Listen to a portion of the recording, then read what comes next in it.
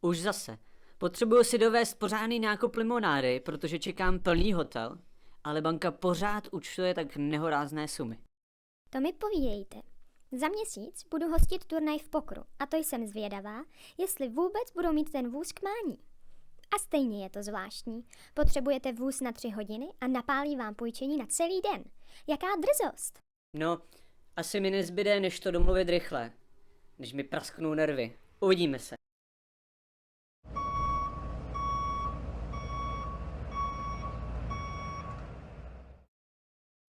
Tak jste přeci jen vyjel s bankovním vozem. To víte. Co jsem měl dělat jiného?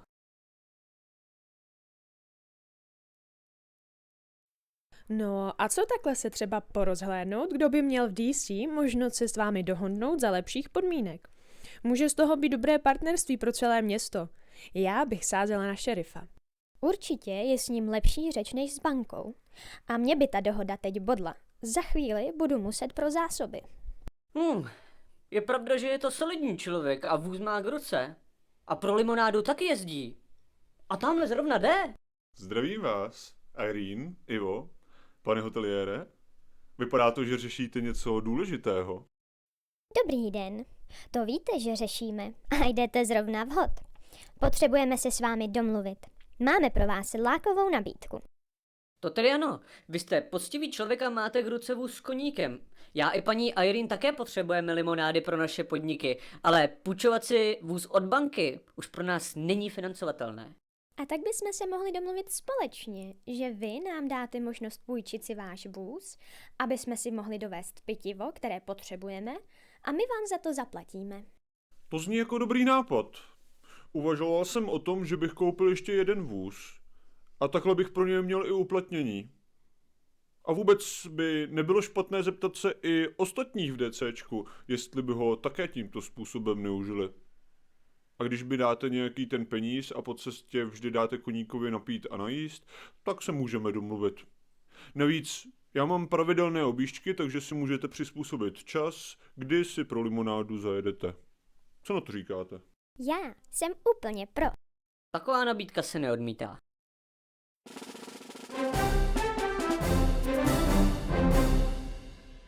A tak se šerif poptal ještě v jiných podnicích v DCčku a připojil se k jeho plánu i další.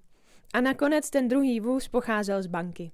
I jim došlo, že sdílet vozy bude mnohem efektivnější a levnější, než si držet ten svůj. A tak teď mají v DCčku 2 sdílené vozy. A zrovna jedou. Pan hoteliér veze sobě a paní Irene čerstvou dodávku limonád a ve druhém voze... A hele, pan bankéř a pan šerif. Asi to byla nějaká tajná finanční operace. Jak je vidět, banka si držela vlastní vůz, ale bylo to hodně neefektivní. Dost často byl nevyužitý a koník jen tak postával.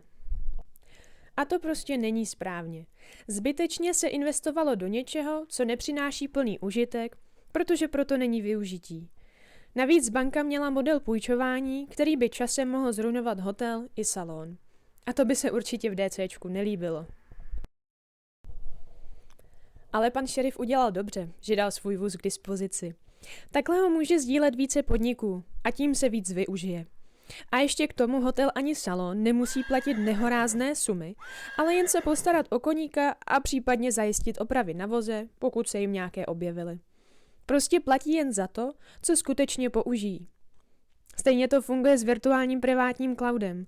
Každý dostane k dispozici tolik zdrojů, kolik v danou chvíli potřebuje a platí jen za to, co skutečně použije.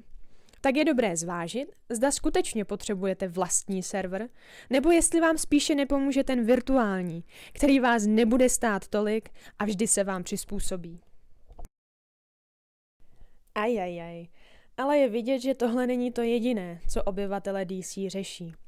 Pan obchodník si ale bude muset počkat do příště.